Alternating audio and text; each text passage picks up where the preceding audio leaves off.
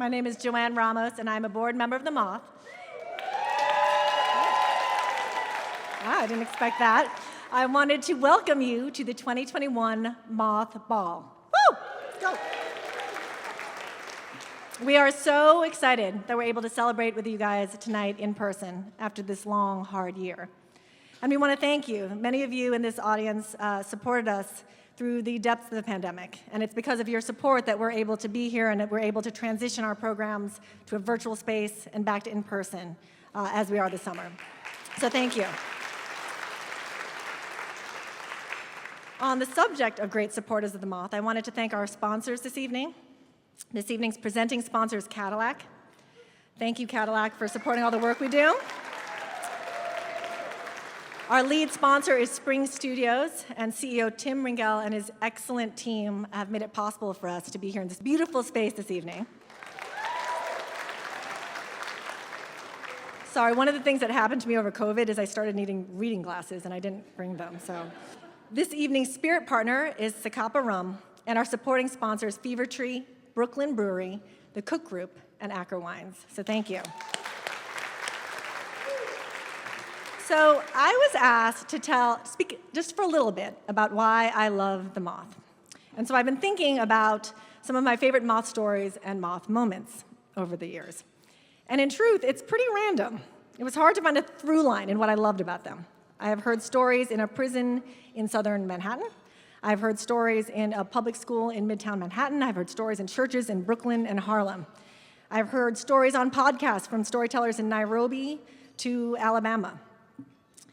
But I think there is, when I really thought about it, a through line, and that's that after I listen to a Moth story, or I'm lucky enough to spend an evening listening to Moth stories, I feel, for some reason, more alert.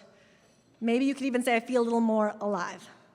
And I believe that that's because something happens at the Moth when a true story is told live in a community. If you think about it, a story is a little leap of faith, right? The storytellers, like these very brave storytellers you'll see here tonight, come and they open themselves up to you, the audience. But I also think it's an act of faith, a little maybe leap of faith, on the part of the listeners. When I sit and listen to a Moth story, I don't know who the storyteller is. I don't know if it's someone I would ever meet in my normal life. I don't know if I would agree with that person politically or have anything in common with them. But for that moment, I take a ride with her. I laugh when she says something funny. I get angry maybe when she talks about something that happened her day that made me mad. Maybe I feel the ache of recognition when she says something that strikes me as true. And I think that connection is what makes the Moth and stories so powerful. Now, that connection is obviously nothing new. We've been telling stories for millennia over campfires and hearths and in our homes, in our communities. But I do think it's a simple thing that I've been thinking about in the context of these complicated times. A year of being socially isolated, a national reckoning on race, a time when our politics are so ugly it is hard to let my kids read the newspaper because it's just depressing, a time when we can't even agree on the same set of facts, right? And sometimes I'm not a despairing person, but there are sometimes I despair a little bit. I don't know how we come together to do the work that we need to do when we can't even see each other sometimes, much less come to an agreement on what needs to be done. And then there's the Moth. And there are these stories.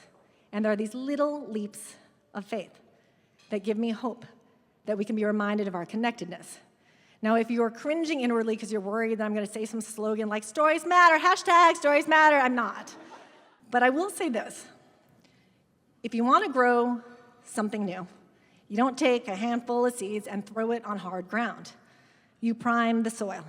You till it, and you water it, and you soften it, and you aerate it. And that doesn't guarantee that anything new will grow, but it allows for the possibility that something will take root. I believe that stories, and I believe the stories we tell at the Moth, do that work. Is that work enough in and of itself? Of course it is not, but it is a beginning. I also believe, of course, that stories are not the only things that can do this work. Film and art do the same. And so we are really excited later tonight to honor the incredible Regina King and Kemp Powers.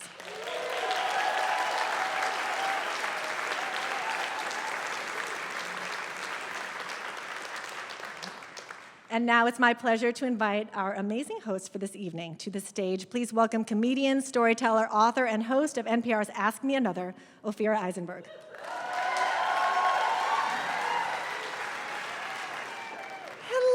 everybody. Wow. How about a hand for our amazing flautist as well, Kana? Well done. Yes. Okay.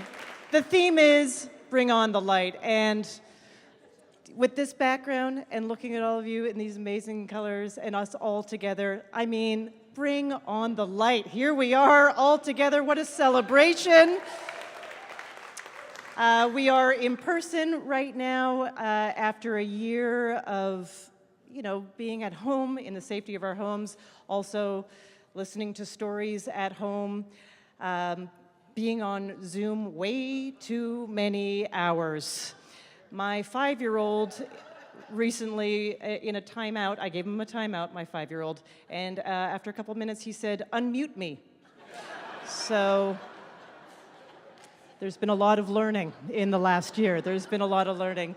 So today is a celebration of storytelling, also, of course, of Regina King and Kemp Powers. And a celebration, of course, of us all being together. So now I look out and I see familiar faces. I see some new faces. So I just want to ask by a round of applause, who here is at, what would be their very first Moth live event? All right. Welcome, welcome, welcome. So just to quickly let you know what the Moth is of course, dedicated to the craft of storytelling. This is people coming up here telling true stories from their life. No notes, it's not stand-up. This is just real, beautiful storytelling. And I've had the great advantage of being part of many Moth shows, and I will say the power of these Moth storytelling shows is that they celebrate and foster community and understanding and hope. They just lift you up. So tonight, let me tell you what you have in store for this evening. There is going to be an award presentation to our Storytellers of the Year, Regina King and Kemp Powers.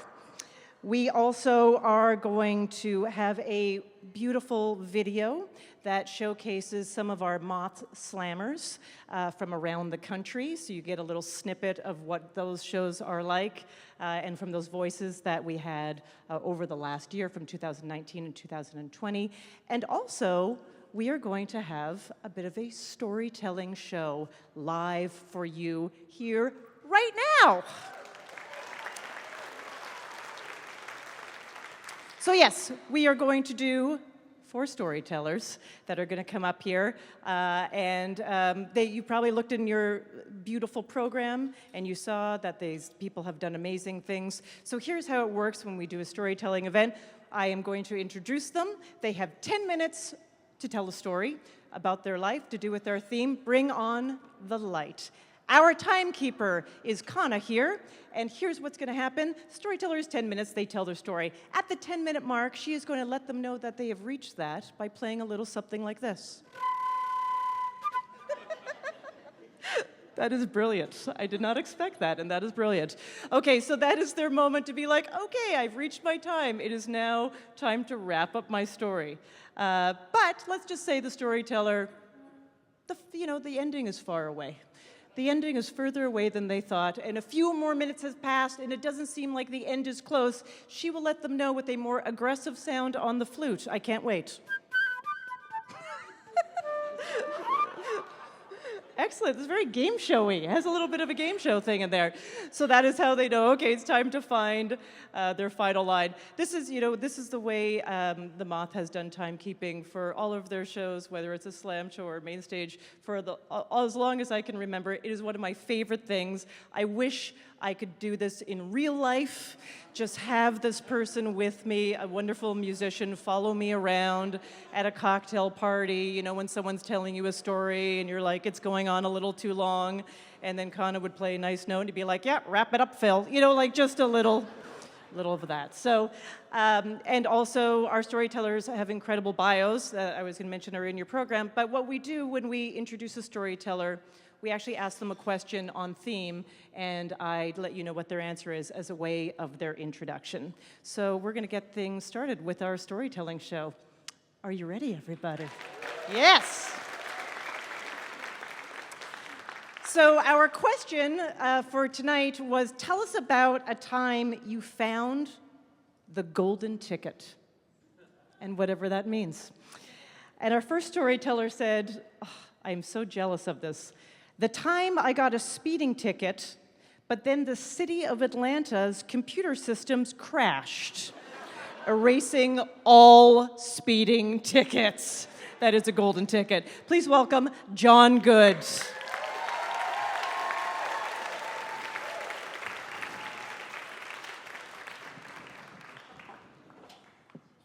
Fantastic. All right.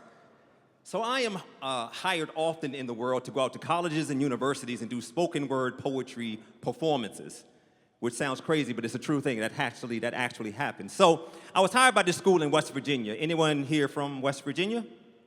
Fantastic. This is going to work out. So for those of you unfamiliar with West Virginia is not entirely known for its people of color. It's not what they lead with. It's not on the brochure. It doesn't say West Virginia, also known as West Wakanda. That's not how they're doing it. But they sent a check. I cashed a check. I figured I should show up. So I'm in my car, and I'm headed to West Virginia, and all is well. I cross the West Virginia state line. Somewhere faintly in the back of my mind, I can hear the tune of dueling banjos, but I ignore it, and I keep on driving. And all is well for 20, 30 more miles. Then my car engine begins to lay down the most wonderful hip-hop beat. It sounds like, which is wonderful if it's a Drake song, not so good if it's your car engine. So I pull over to the side, and by pull over to the side, I mean I lost power and I careened over to the side. And I did what they tell you you're supposed to do as a man when your car breaks down. I popped the hood. You know what I mean? I popped the hood like a man. Now, full disclosure, I have no idea what's going on beneath the hood of a car. I do not have the information. As far as I know, there are hamsters on wheels making this thing go. But they say you're supposed to pop the hood, so I popped the hood. So I walked around, I lift the hood, and I am no mechanical genius, but the spark plug wire was on fire. And I said to myself, that's probably the issue right there. So now I get the fire extinguisher out of the trunk, I put the fire out, the sun is starting to set, the dueling banjos is getting louder, and I'm starting to question my life choices. Right about then, this truck, it pulls past, pulls over, a guy hops out, classic trucker, white guy, flannel shirt, some jeans, some boots, trucker hat on. He comes over, he says, hey, buddy, and I say, hey, buddy. And he says, what seems to be the problem? I say, my car broke down. He says, you mind if I look under the hood? I said, I think you have to. I think these are the rules. So he looks under the hood, he sees that smoldering spark plug wire, and he says, I think that's your problem right there. And I was like, look at us, two mechanical geniuses. And he was like, where you headed to, buddy? So I tell him the college I'm headed to, and he says, I know that school. I'm driving right past that school. You want to ride with me? Now, I'm not sure if you are familiar with a genre of film known as horror. But so many horror movies begin with stranded stranger offered a ride up the road by benevolent trucker. But at this point, the sun had set, the dueling banjos was very loud, and I felt like I had to roll the dice. So I hop in the truck with this trucker, and we're headed up the road. And all is well for about 40, 50 miles. And then he looks over at me and he says, hey, buddy. And I say, hey, buddy. And he says, I don't mean to sound racist or nothing. Exactly. And as you know, if someone starts a sentence with, I don't mean to sound racist or nothing, the next thing you're going to hear is the most racist thing you've ever heard in your life. It's like when someone says, I ain't calling you stupid or nothing, they're calling you stupid or something. So he says, I don't mean to be racist or nothing, but I was watching this documentary on CNN called Black in America, and you look just like the black guy that was hosting of that documentary. And here are two things I know to be true. Number one, all black people do not look alike. And number two, as it would so happen, I am the black guy that hosted that show on CNN.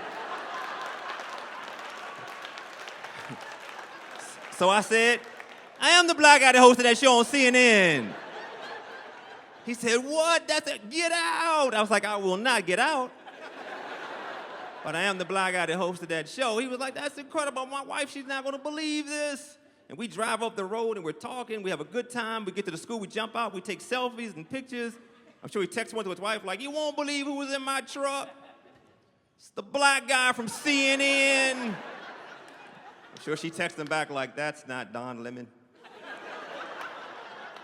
But on this night that could have ended with so much darkness, I was happy to find someone that could bring the light.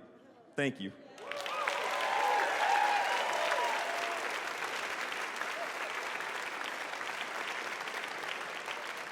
John Good, everybody.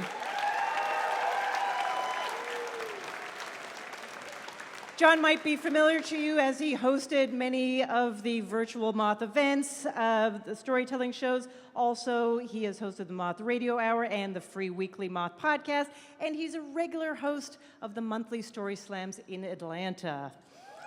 John Good. Now, I know many people here live in New York, but I was also talking to some people at my table who flew in from another city. So how many, are there New Yorkers here? New Yorkers? Majority? All right. And then, I love saying this, people visiting. Nice! Okay, so you may have noticed since the last time you were here, there's a new edition of you can go for a drink in a bar, but you can also sit outside underneath a outdoor plywood dining yurt. Yeah, they're everywhere.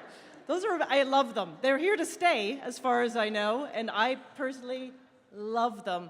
I like that they've answered this question when someone goes, really, will a New Yorker pay $18 to have a cocktail in the gutter? Yes, we will, happily. Very happy. I hope the bus comes right past. I hope it does, because that's my favorite part. I mean, it's amazing that we've even built these things. People have built these things. Anyone who's ever said, where would we put affordable housing? There's one-bedroom apartments on every corner right now. And also, there's plenty of nice places to go for a drink, but then there's just streets where there's just kind of generic bars. Like, you'll be with a friend, you'll be like, let's go for a drink, and then you're walking down, I don't know, like 24th in between 6th and 7th, and you'll be like, I don't know what that place is. That place doesn't look very inviting, kind of a generic pub. But now they have all of their plywood outdoor dining yurts, and they've strung up some lights, and they've got a couple plastic plants, and you're like, it's like Florence, Italy, So continental, so European. I love it. All right, our next storyteller, this is like a nice mystery when she was asked, tell us about a time that you got your golden ticket. She said it was the day that she signed up for Facebook. And we'll find out more. Please welcome Toni Warner.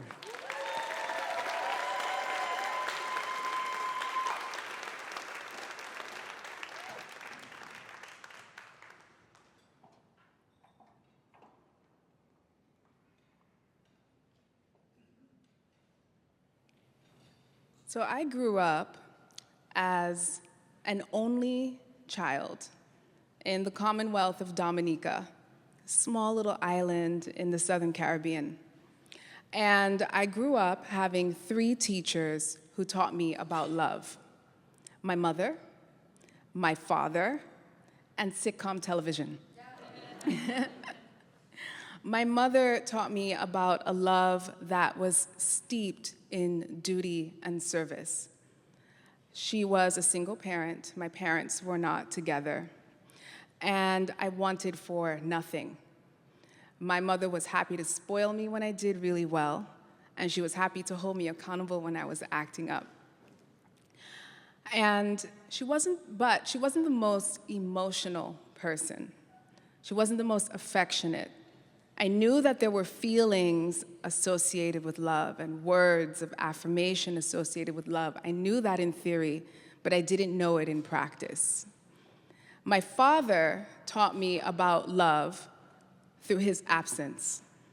So he taught me about the unrequited parts of love, the chasing and the wanting validation and wanting to be valued and wanting to be known and wanting time. I wanted him to know me. Very, very charming, but never really around. And then there was television. When you're an only child, as I was, oftentimes you're left to your own devices. And I filled that time with writing and toys, but television. And I learned more about the feeling part of love. And I knew from television that no matter how messy that got, it was going to be resolved in 30 minutes. right? So I carried all these lessons with me, and I thought I knew everything I needed to know about love. And I'm in my 20s. I had just migrated to the United States. I graduated from university. I was living my mother's dream. And it was very clean, right? I engaged with love when I liked it. But the moment there was a feeling I didn't like, I built a wall. I had my friends over here. I had my family over here. And work everywhere. I worked in this luxury gym on New York's Upper East Side, and I was busy climbing the corporate ladder. And one day I was at work, and I decided to sign up for Facebook. And within a few hours, I got a poke.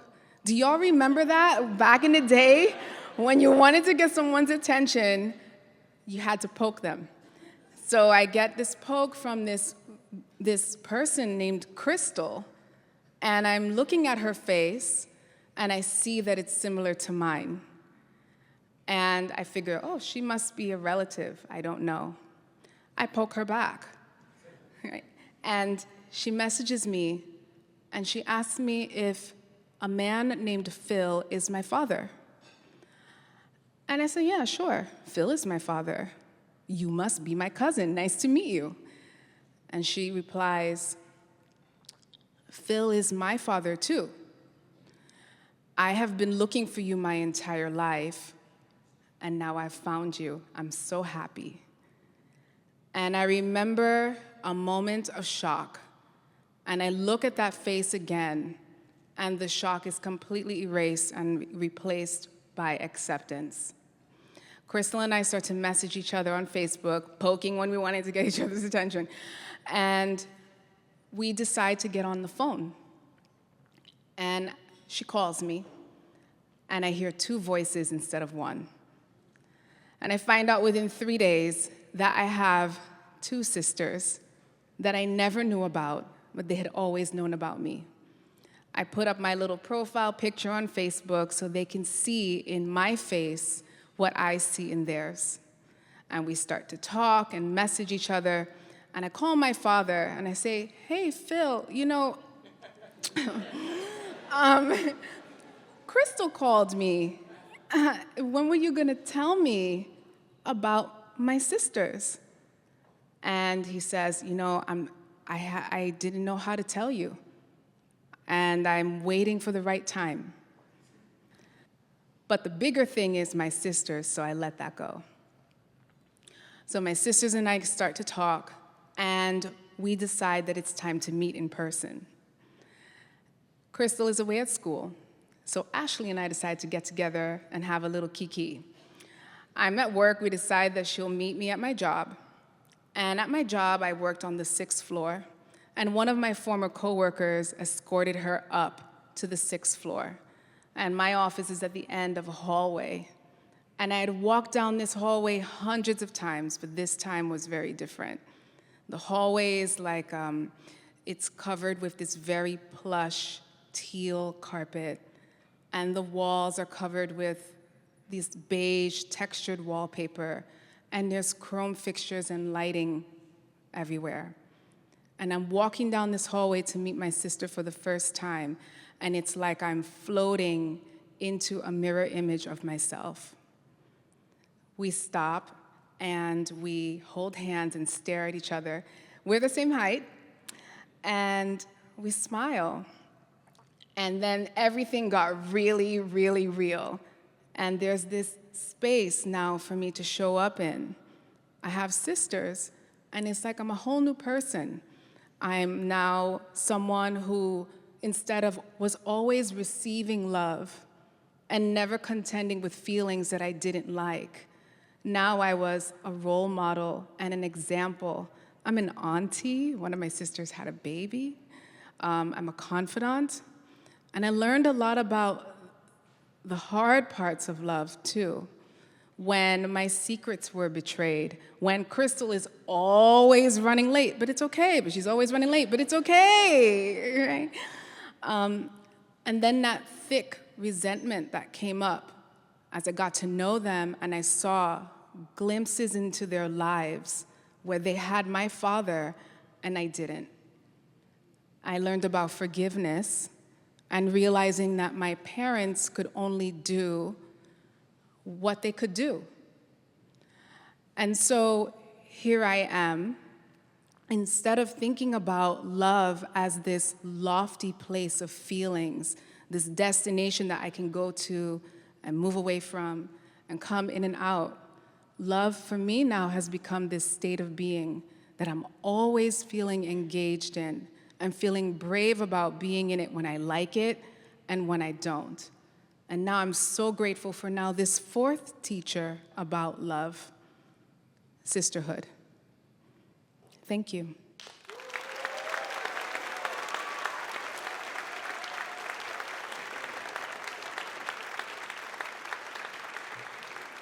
Tony Warner. So we met Tony at a virtual storytelling workshop as part of the Moth Community Program. And the Moth Community Program partners with cultural institutions and nonprofits and organizations with workshops of storytelling that promotes confidence and self-reflection. And Tony's warmth and vulnerability and just obviously great storytelling style was just so wonderful. We had to have her as part of this evening. So Tony Warner. I also personally like any story that involves social media and something positive. Because I will tell you, I just get sucked into social media myself, just on the, feeling bad about yourself because people are doing things that you're not part of that level. I look on Instagram and I'm always like, oh, everyone's doing something better, or Twitter, I'm like, this is funnier. But over the course of the last year, I have found myself scrolling through Venmo and feeling bad about myself based on other people's banking transactions. It is so, Venmo FOMO, I think that is the lowest form of FOMO. But even yesterday, I got transfixed by one. It just said, Sarah paid Michelle, and just wrote, shenanigans. And I was just like, what are shenanigans? How much were they? How fun was that? Where was I?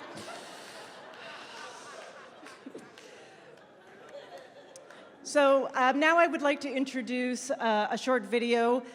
This is to celebrate our Moth Story Slams. And our Moth Story Slams are basically, they happen they're live events usually, but they've been virtual over the last year. They happen all around the country. They are community-based, open mic storytelling series where anyone who has a story that has to do with the theme of the evening can come up and share their story. And the people that you're about to see are just a selection of some Grand Slam winners doing a 1-minute version of their story over the last year from 2019 to 2020. So everybody, the Grand Slammers.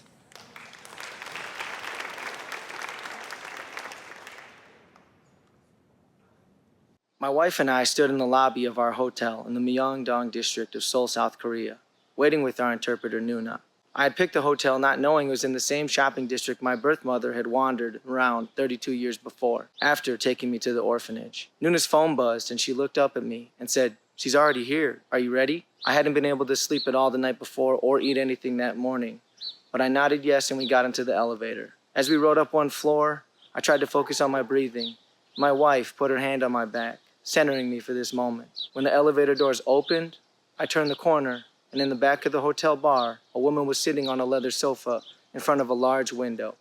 Just her silhouette in the backdrop of morning light. As I stepped into the light, she stood up and brought her hands to her face and started crying. "Oma," I said.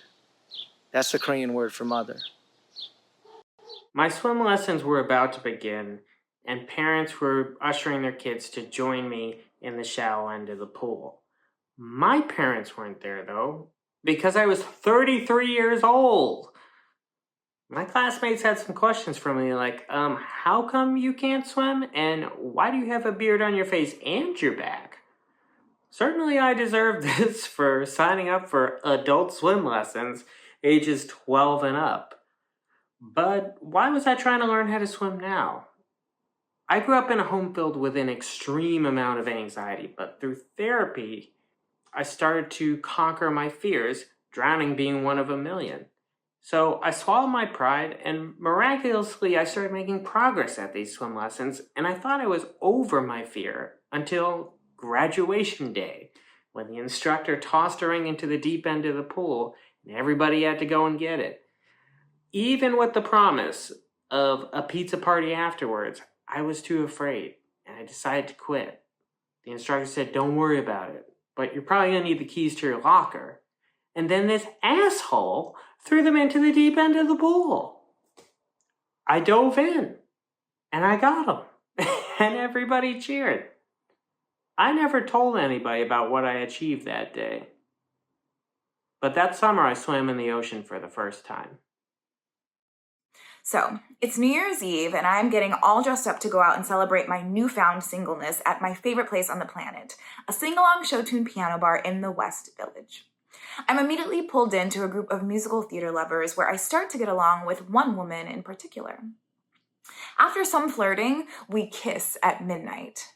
And then we keep kissing, which leads to an invitation back to her place. I'd never been with a woman before, and so I'm immediately nervous, but not because it will be my first time. Because I need to tell her that I'm herpes positive. So, expecting to catch her alone, I follow her outside on her next smoke break, where I overhear her telling her friends, "She's definitely coming home with me." I freeze and retreat unseen. They think I'm not going to go through with it. Me not going through with it is furthest from my mind. So, a couple hours later, we hop into a cab, and after a much-needed internal pep talk, I tell her. And she says, "This is worth the risk." And then we talk about her sexual health history, too. That night can only be described as fireworks. Happy New Year to me. When Rena and I were dating, we were taking it slow. She was living in New York, and I was in Michigan, which is really cool because long-distance relationships are easy to hide. See, we were hiding our relationship from her mother. Her mom's dream is to marry her Palestinian daughter to a Palestinian guy. And when it comes to her daughter's weddings, she does not have patience. So the second she finds out about me, she'll start up. Who is he? Where is he from? He's Palestinian? Call the wedding singer right now. Does he have a brother? Because you have a sister. We can do 2 weddings, same time. Then you need to have kids. You're not the chicken spring. So Rena and I were enjoying the pace of our relationship until the day she was hospitalized with a severe asthma attack. After that, I didn't want to take it slow anymore. I was ready because Rena's mom was right. I'm not a chicken spring. I'm looking into the eyes of the woman sitting across from me, and I say, "Hi, I work at IBM, I watch science fiction, and I collect board games." She replies, "Sounds boring." I'm speed dating, and this is the 3rd time I've been called boring. Luckily, I'm so super single, I can do anything to make myself more interesting. So, I fly to the Yukon to see the Northern Lights, I go to Tonga to swim with humpback whales, and I fly to South Africa where I hug a domesticated cheetah as if it were my dog, who's boring now. Later, I have a date with a woman named Jill, and I tell her everything I've done, but for some reason, she's more interested in my board game collection. All this stuff I've spent $20,000 to do, and she doesn't even care. She just wants someone kind. So I go back to the way I was, boring. Except now, I'm married to Jill. When my father and I were scuba diving, he was at his best. He taught me to meditate so that underwater I would become invisible and the sea life would come alive. The most comforting feeling in the world was when he would look over to check in on me and gave me the dive sign for okay.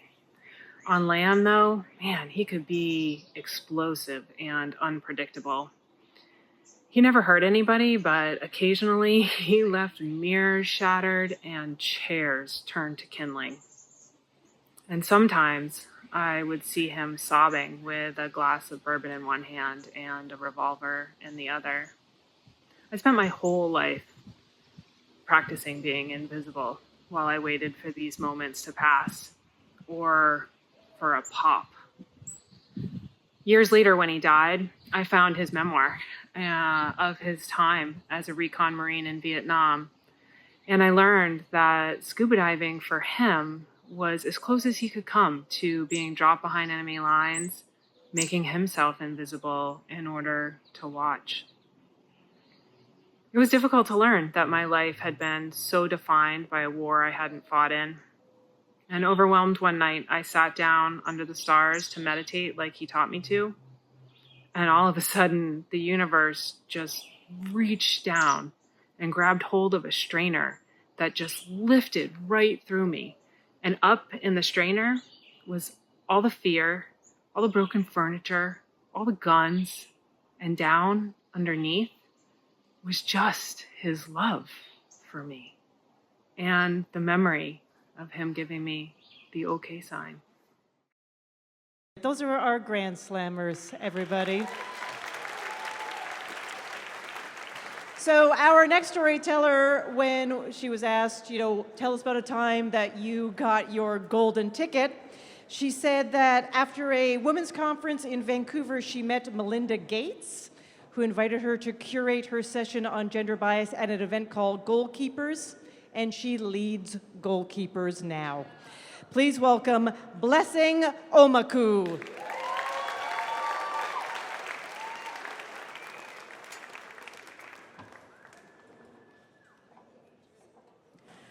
When I was 6 years old, my family moved to Nigeria. See, my parents had come to America in the first place to study at Christian universities, but they always had this dream to start a church together. And so they moved to Abuja, Nigeria, and started that church. Growing up, that church became the center of my existence and our collective existence as a family.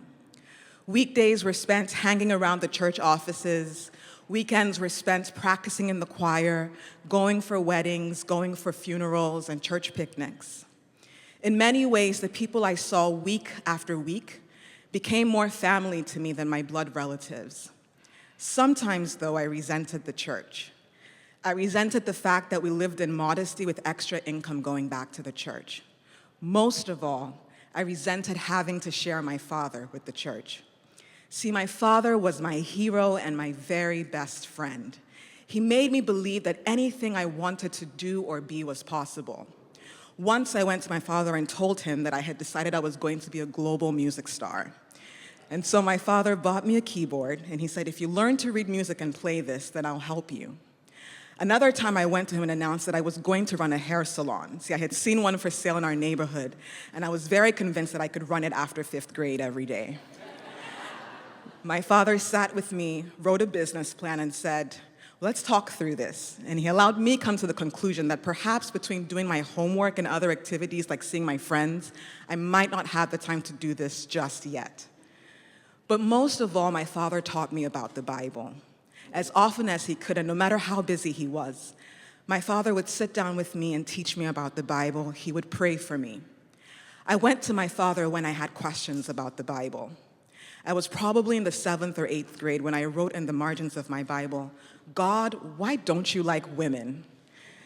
See, I couldn't understand when I read some scenes why women were not counted in genealogies or scenes or named. My father explained to me that this had more to do with the history and context in which the Bible was written, but God really did love women, so I took him at his word. My father would often assign Bible scriptures to us to memorize whenever he went on work trips. We used the time when he was away to memorize those, and he always said, by the time you're done memorizing those scriptures, I'll be back home. But there was one trip that began to take longer than usual. This wasn't a work trip. My father had begun to experience these debilitating headaches, and he had come back to America with my mother to run some tests. I was about 13 years old when I got a call from him saying that the doctors had discovered a tumor the size of a golf ball in his brain. I remember not being worried at all when I got that phone call. See, my father told me two things. Thing one, he said, Blessing, I'm going to be okay. And my father had always kept his word to me. Thing two, he said God would heal me. And my father had raised me to believe that God kept his promises. And so I spent the time while my father and my mother were away reading the Bible, memorizing every single scripture I could find on healing and God's promises. Eventually, my father came home, and for a while it seemed like he was okay, but slowly but surely his health began to decline. He began to lose his sight, his speech, his coherence, his cognitive abilities. We still were not worried because God was going to do a miracle. One night, we were in our home when relatives and people from my father's village descended on our home. I had never met most of these people before. They stood around my mother and screamed at her. They were screaming in the language of my father's tribe, a language he had never taught his American-born children. My aunt, sister, and I sat on a staircase, eavesdropping. There was a church member translating for my mom, who also comes from a different tribe than my father. We were able to make out that my mother was either being accused of not doing enough to keep my father alive or actively trying to kill him through juju. My mother had spent the past 2 years traveling around the world with my father, seeking chemotherapy, radiation, alternative treatments. And when the doctors said that there was nothing more that they could do, my mother spent sometimes hours and days at a stretch in the church praying and fasting.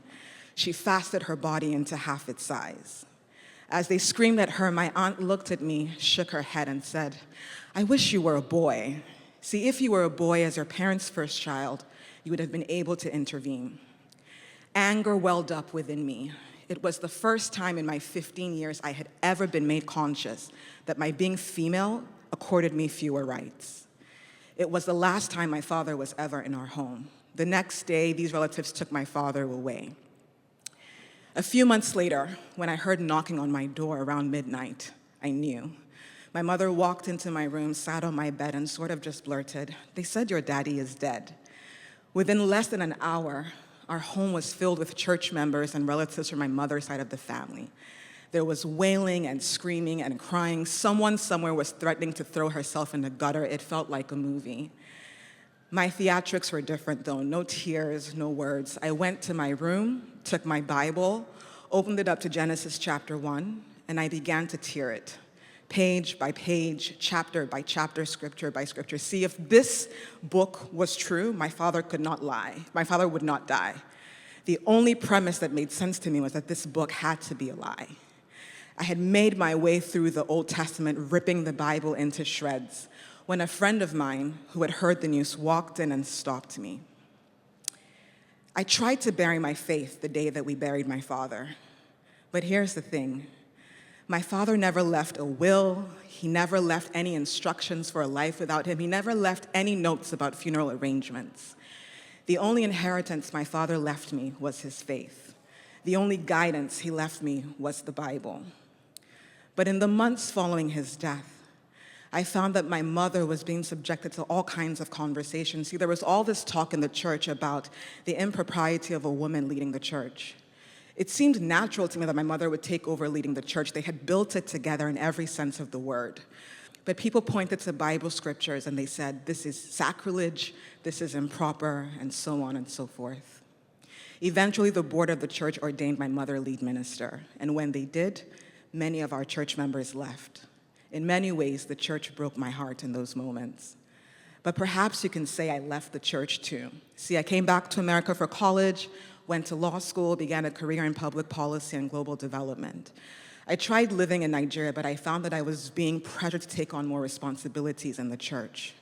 I also found that my views about gender and womanhood were really evolving from the views of the church that I had grown up in. And so I moved to New York to forge my way like so many of us do.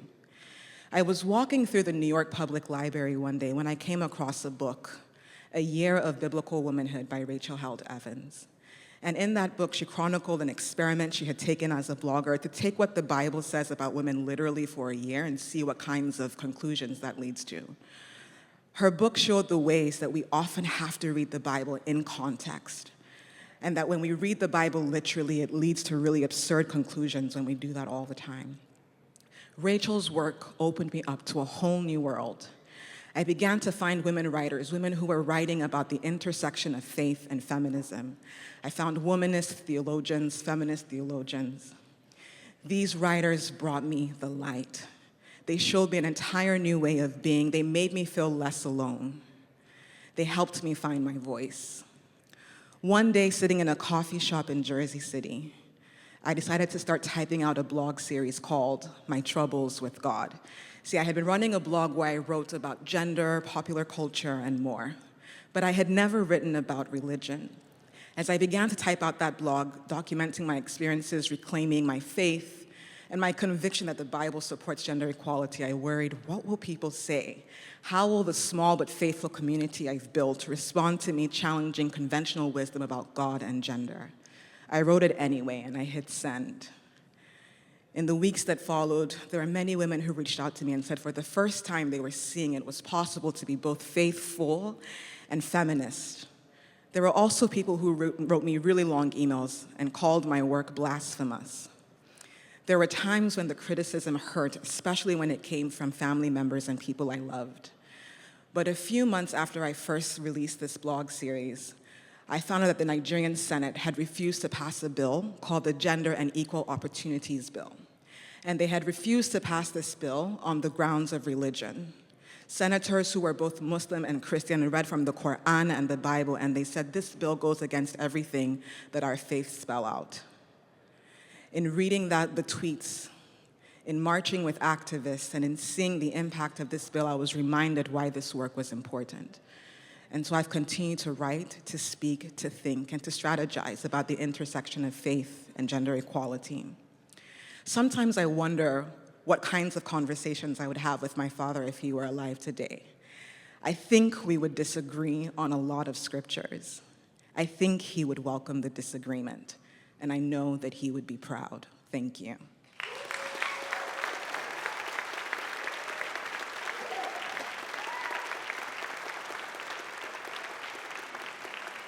Blessing Omaku.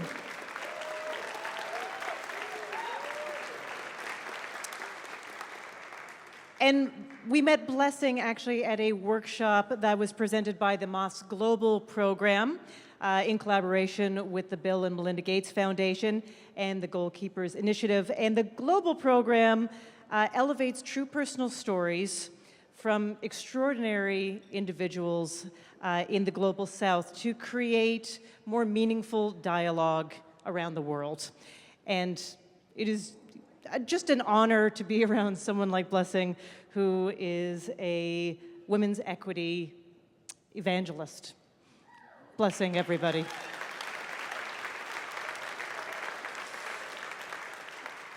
All right, we have come to our final storyteller. And this made me laugh so much because this person is clearly, we would hang out if I was still a student. He said, we asked him, tell me about a time you found your golden ticket. And he said, when I found out that my local board game cafe had a 50% off deal for students on weekdays. So cute. Please welcome David Lippelstadt.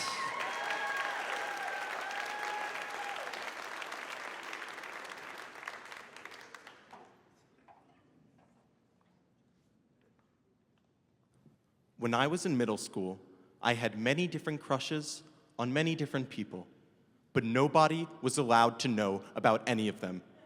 And that was for two reasons. The first reason, a fear of rejection. I was scared I was going to make one of my crushes public, tell it to the world, and it would get around to the person who I had a crush on, and then they wouldn't like me back, and well, that's just the classic bad feeling. But my second reason was actually the opposite. It was a fear of acceptance. A fear of embracement. I was scared I was going to admit I had a crush on someone and the word would get around to them, as it so often did in our small middle school, and they might have a crush on me back. And then, where do we go from there? I mean, does that mean we have to start dating and then, oh, what's this? We're broken up and then all of her friends don't like my friends, all of my friends don't like her friends, and it just felt like a lot of drama at the time, so I just decided to keep all of my crushes to myself. Until 8th grade came. My last year of middle school, and with it came my biggest crush of all. It was on this girl named Rachel, who sat next to me in geography class. There felt like there was this time in my life where the only reason why I was getting out of bed in the morning and going to school was just to sit next to Rachel in that class and engage in our inside jokes, and we'd quiz each other on geography, like the capitals of countries. I'd be like, what's the capital of Liechtenstein? And she'd be like, Vaduz, and my heart would flutter. And I was like, okay, well, I don't think I can keep this crush to myself. So I needed a way to ask Rachel out or to tell her that I liked her, and lucky for me, our middle school prom season was right around the corner.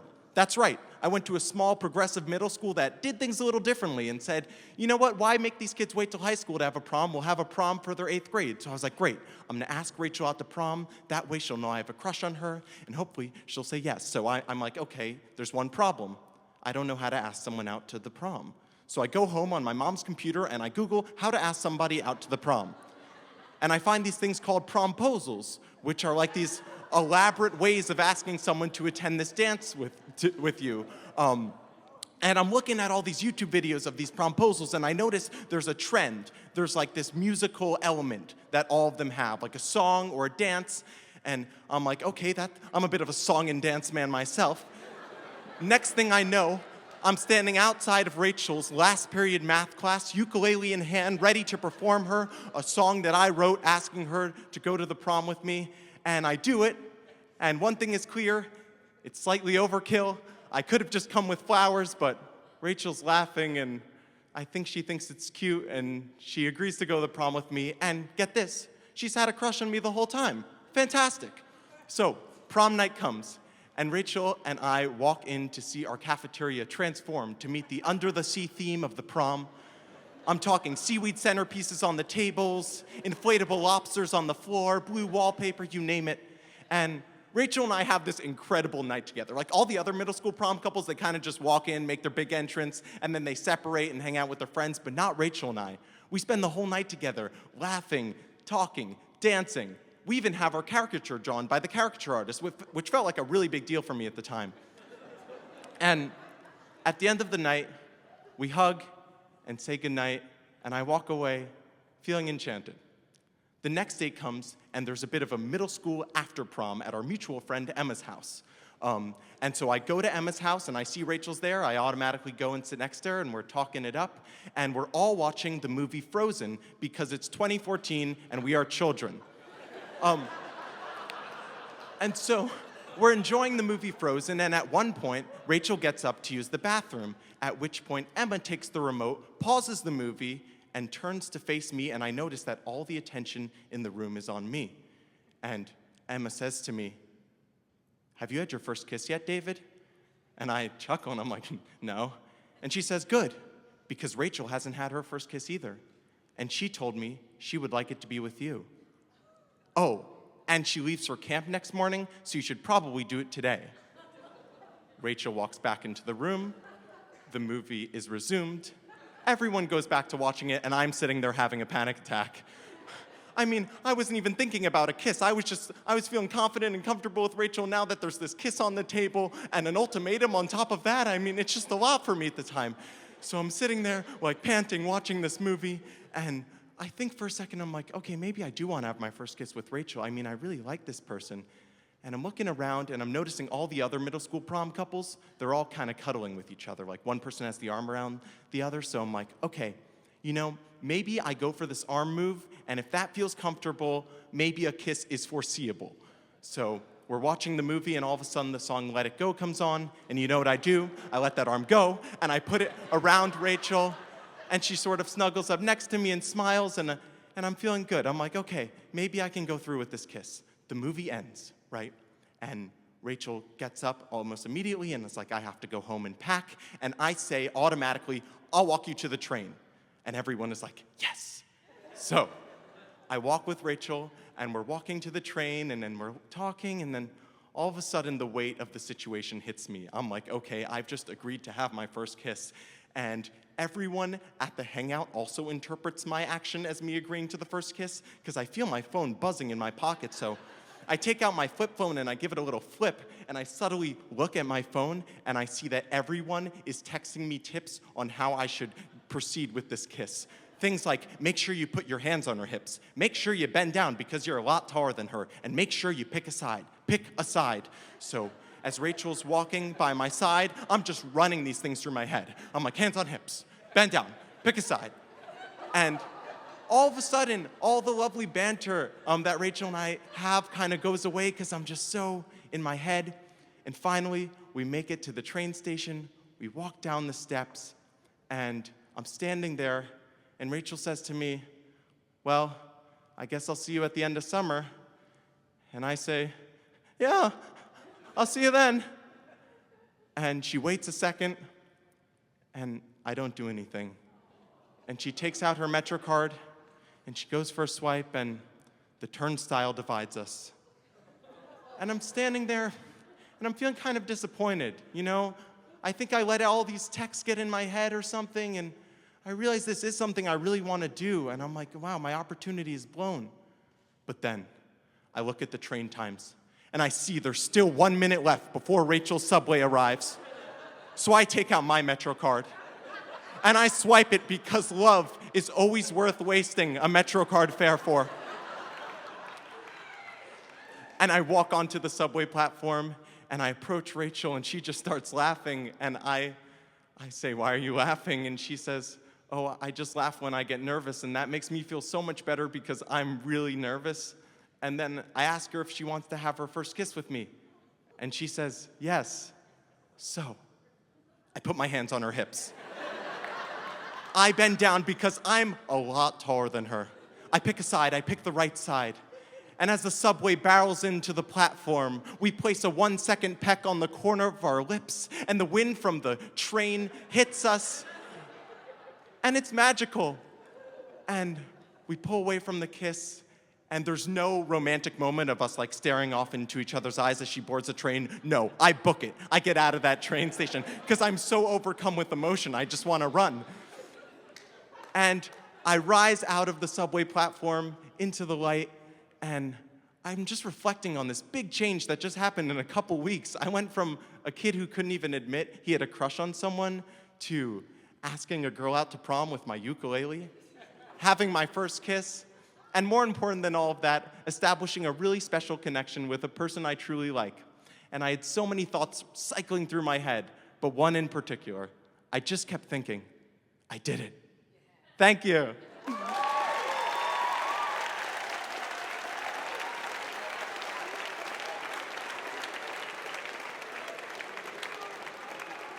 David Lippelstadt, everybody. I love that everyone, when he did look like he wasn't going to kiss her, everyone went, oh, that's not how this ends. Don't make it end. And I've never felt more like the romantic air of the subway wind. That hot smell of garbage as the F train rolls in. All of a sudden was beautiful. It was Cupid in there. Just so fun. And I don't know about you, but I immediately, listening to David's story, I immediately went back into my mind and I was like, what was my first kiss? Did everyone have a moment thinking about maybe what your first kiss was? Yeah? I see some thin smiles. Okay, I hope it was good.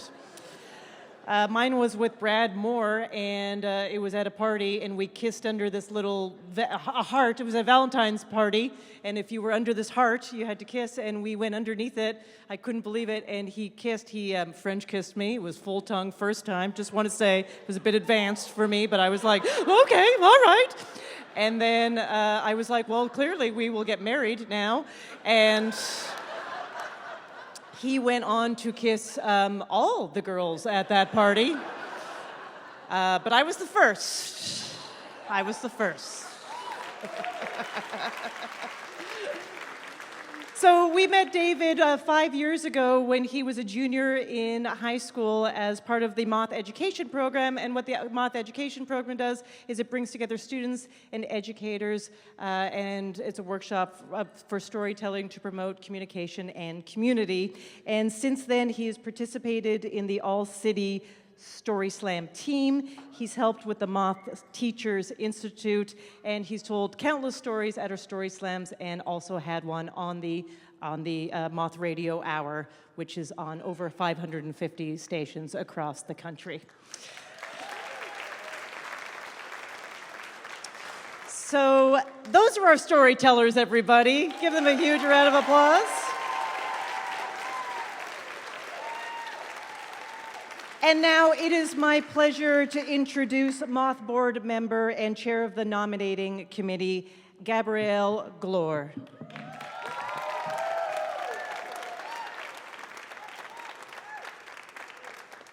Thank you. Good evening, everyone. Good evening. What an incredible night. My name is Gabrielle Glore, and it is my great pleasure to be here tonight. The Moth Ball is one of our favorite events of the season because it gives us a chance to pay tribute to an outstanding storyteller. And this year is extra special because we have two storytellers that we're celebrating. Tonight, we are thrilled to give the Storytellers Award to Regina King and Kemp Powers.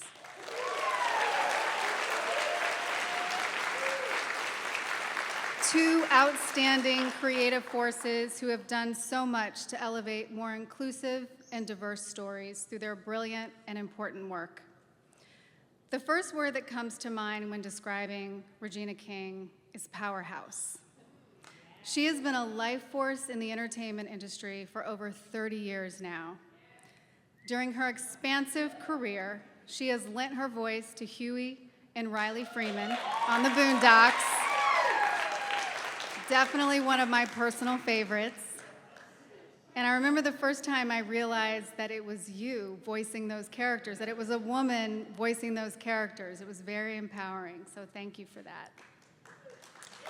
She has given standout performances in films like Ray and Jerry Maguire, as well as TV series such as Southland and The Leftovers.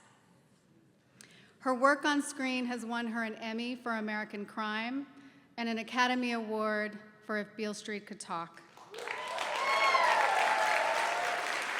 And her riveting and fearless role in Watchmen introduced many Americans.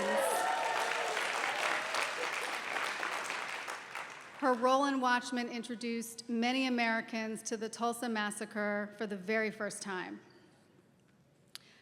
Ms. King adds a bright light to everything she touches, every room she walks into, every space that she inhabits. Her stunning directorial debut, One Night in Miami, with screenwriter and Moth storyteller Kemp Powers,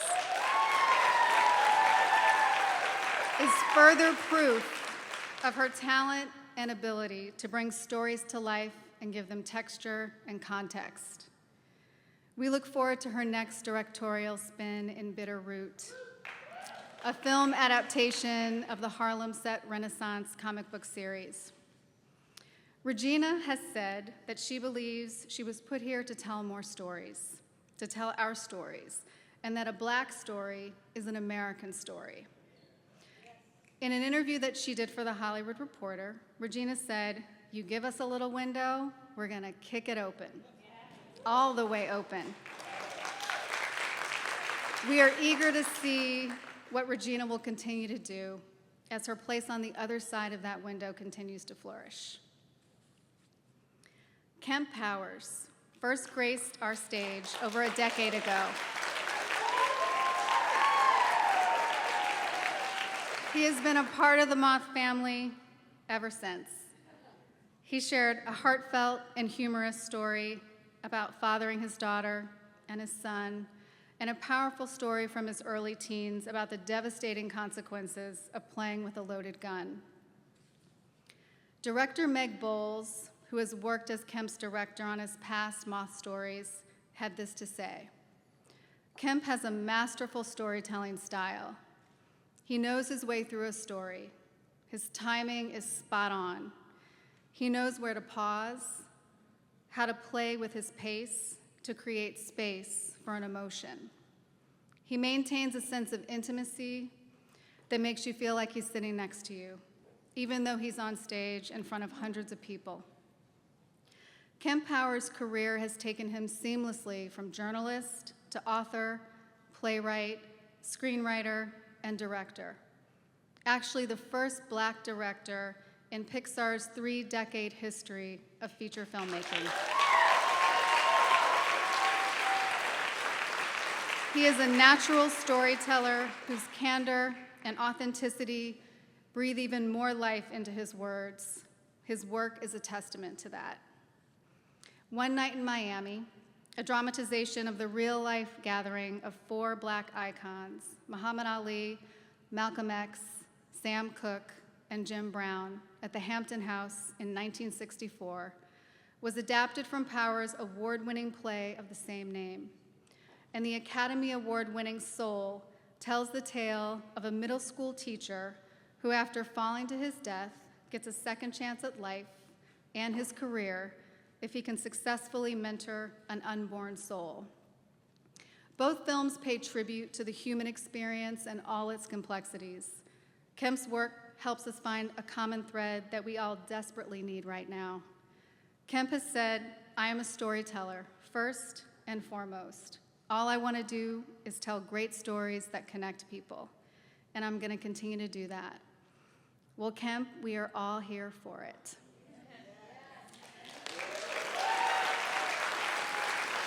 It is my absolute honor to introduce you to this evening, and I just want to say that the Moth is so grateful that we have the opportunity to celebrate you both, to celebrate your gifts, to celebrate all that you've accomplished, all that you will accomplish, and to celebrate what you represent. You are truly the embodiment of excellence and elegance. And with that, ladies and gentlemen, please welcome Regina King and Kemp Powers.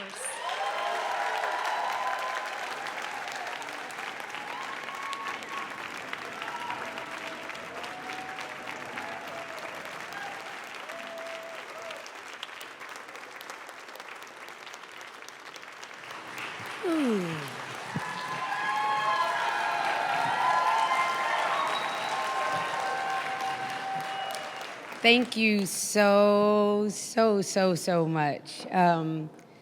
This is such an honor to be here. I have to tell you, I didn't even know that there was a Moth Ball, but I knew about the Moth. I'm from LA, I'm born and bred in LA, and the Moth Hour and KCRW has brought me so much joy on Sundays. And as Joanne said when she first came up here, that what the Moth does in just opening us up and cracking our hearts and our spirits open and allowing us to receive moments that bring us back in time into places that we forgot about and exposing us to cultures and things that we've never known about. I have to say, for Kemp and I, when we found out about this, I'll be honest, we've gotten a lot of honors on this journey, but the Criterion Collection and the Moth Ball was just like it for us.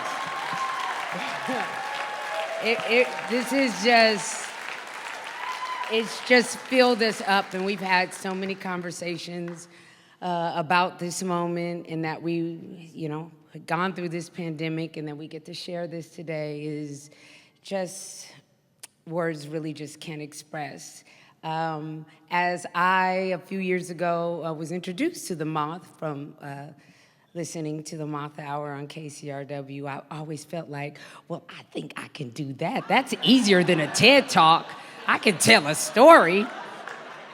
So now I'm up here and I'm nervous, but I'm going to try my shot at telling a story.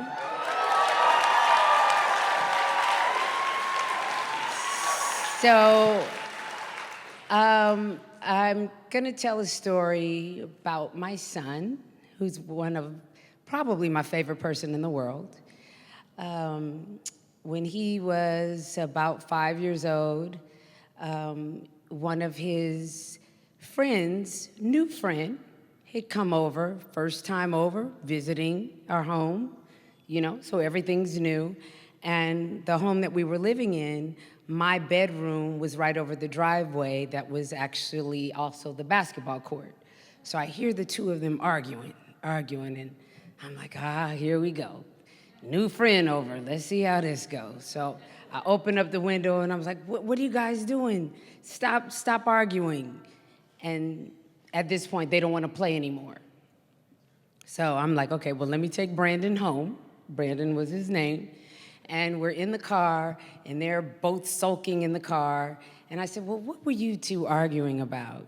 And Ian says, I'm trying to teach him how to play basketball because white boys can't play basketball really well. And I'm like, whoa, this kid's probably not coming back over. And so Brandon goes, yes, they can. And Ian's like, no, they can't. Yes, it can. No, it can't. Goes back and forth. And so I'm like, you guys stop. And Brandon is feeling really bad about this. And so Ian goes, well, then name one. And Brandon goes, well, I can't think of one right now, but they can. So Brandon's sulking and Ian's looking over, and I'm in the rearview mirror. I'm driving and I'm looking. And I could tell Ian's feeling bad about how Brandon's feeling in the moment. So Ian's looking, and he looks down, and he's looking, and he looks down. And he goes, all right, there's one. And I'm like, one? Well, who is this one? I'm curious who he's gonna say. So I said, Ian, well, who's the one basketball player that's white that can play well? And he goes, Jason, kid. Now, mind you, in this moment, when Ian says, okay, there's one, you see Brandon kind of lighten up, and he's like, you feel me? You know, and so I'm like, ooh, but I can't leave it out there like that. So I said, Ian, Jason Kidd isn't white. And so Brandon's eyes get big, Ian's eyes get big, and Ian looks down, and then he puts his hand on his shoulder, and he goes, see, I told you. So I share that story because it was Ian trying to meet him where he was. And I feel like in that moment, I learned something because when he put his hand on his shoulder and said, I told you, you know, Brandon kind of looked down, but he felt like, you see me. And I'd like to report that Brandon and Ian are best friends to this day, 20 years later. They both know white boys can play basketball. But one of the beautiful things about Kemp's story, One Night in Miami, is that humanity is such a big part of the story. And I believe that when you are able to meet people where they are, that's where humanity really happens. And one of the things that was very important in this story was that Kemp was able to take these icons, these giants, and allow us to see them meet each other where they are. And it was beautiful, and it was a love letter to Black men, but it was a love letter to humanity. And I would not be standing here to receive this honor without Kemp Powers' pen, without his words. So I am so honored to receive this, but I wouldn't be here without my man right here. I appreciate you, Kemp. We appreciate you. I appreciate the Moth for giving us this honor and giving me an opportunity to tell a story. I love you too. Oh, man. I really do. I said it a million times, but I think you're just a national treasure, Regina. Really do. Yeah. I didn't want to even tell a story tonight, but I feel like I have to now. So it's funny because I've always described myself as a storyteller, going back to my close to 2 decades as a journalist, moving into playwriting, and now working in film and television, there would always be questions of, so what do you do? And it's like, oh, me, I'm just a storyteller. Oh, well, that's not a real job, the person always says, which is a great way to get rid of people at parties you don't really want to talk to. So being a storyteller is great for that. One of the things I love about a good story is that it usually unearths some greater truth about humanity or the human experience. And the really great stories, for me at least, are the ones that do it in an unexpected way. It's like you don't even see the revelation that's coming. You know, those are my favorite stories. Those are the best stories for me. And I felt like One Night in Miami had the potential to be one of those great stories from the moment I found out that it was a real night and something that had actually happened. I'm always going to be indebted to Regina for believing in that story because, seriously, because so many other people didn't. That's an element of this business that people don't understand. Finding people to believe in a story the way you want to tell it is such a difficult job. And I wanted to tell this story about these 4 game-changing black men from the world of politics, sports, music, civil rights, but tell a story that wasn't about why they were famous, why they were game-changing. Instead, just explore the spiritual, emotional, and psychological cost of their mainstream success. And cost is something that I think about a lot. And those are stories that I'm really drawn to. In fact, it's such a wonderful coincidence. I recently heard a great story about cost that I'm going to share. This story comes from, I'm paraphrasing, of course, from Berry Gordy, who we all know is the founder of Motown Records. Now, Berry Gordy even describes himself as a hustler.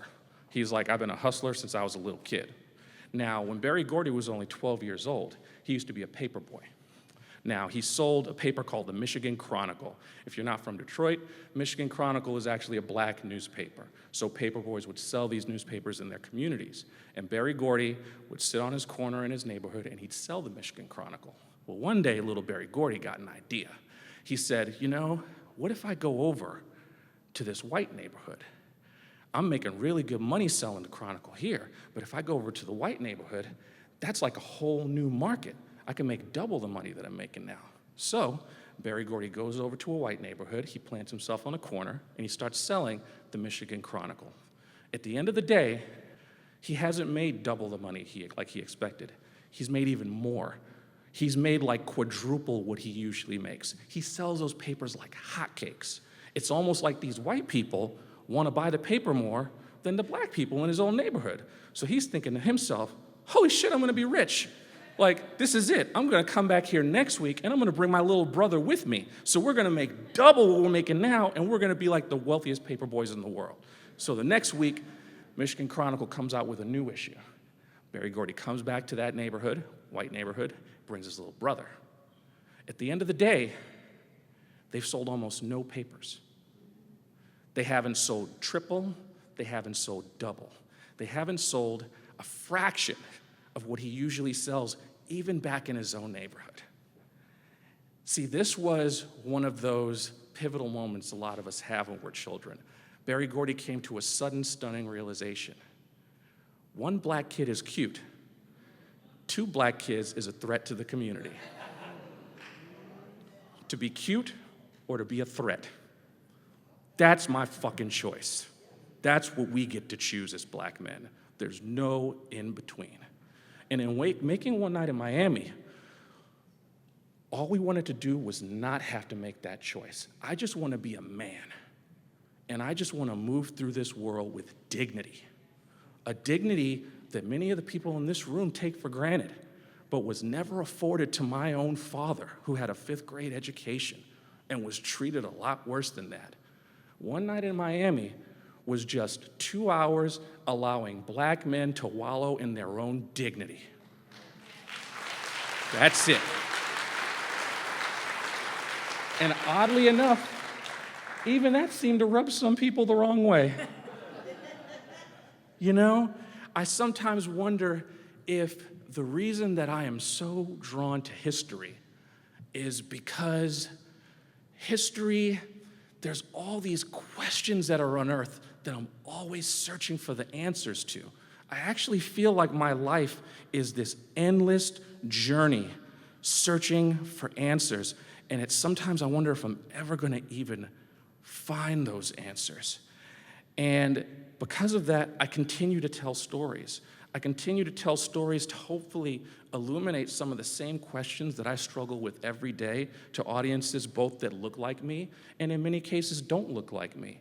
Because in illuminating these questions that I'm struggling with, I hope it can bring us a little bit closer together. Because in many cases, you don't have to be black to be asking yourself these same questions. But until I come up with the answers, I'm going to keep on telling these stories. And I just realized today, I'm not doing it for altruistic reasons. I'm not doing it to make the world a better place. I'm doing it because walking this path is lonely. And it feels so much better to walk the path with other people on the same exact journey as me. So thank you to Regina for going on that journey with me. Thank you to all storytellers, because walking on this path together makes it a little bit more tolerable to me, and I wish for all of us that we may all one day find an answer to just some of those questions. Thank you.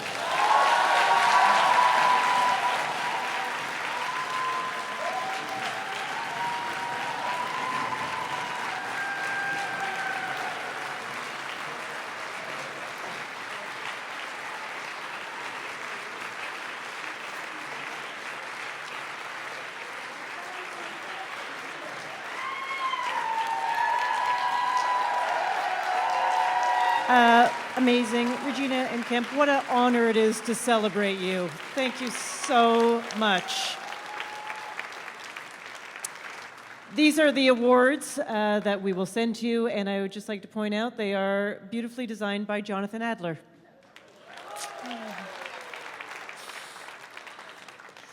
So that is our show, everybody.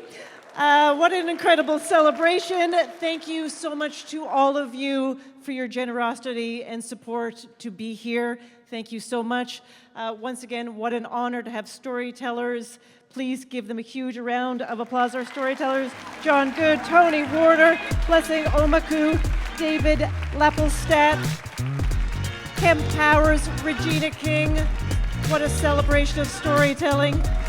Our musician, Kona Miyamoto. And now we will have dessert, and I look forward to talking to you all. Thank you so much. Good night, everybody.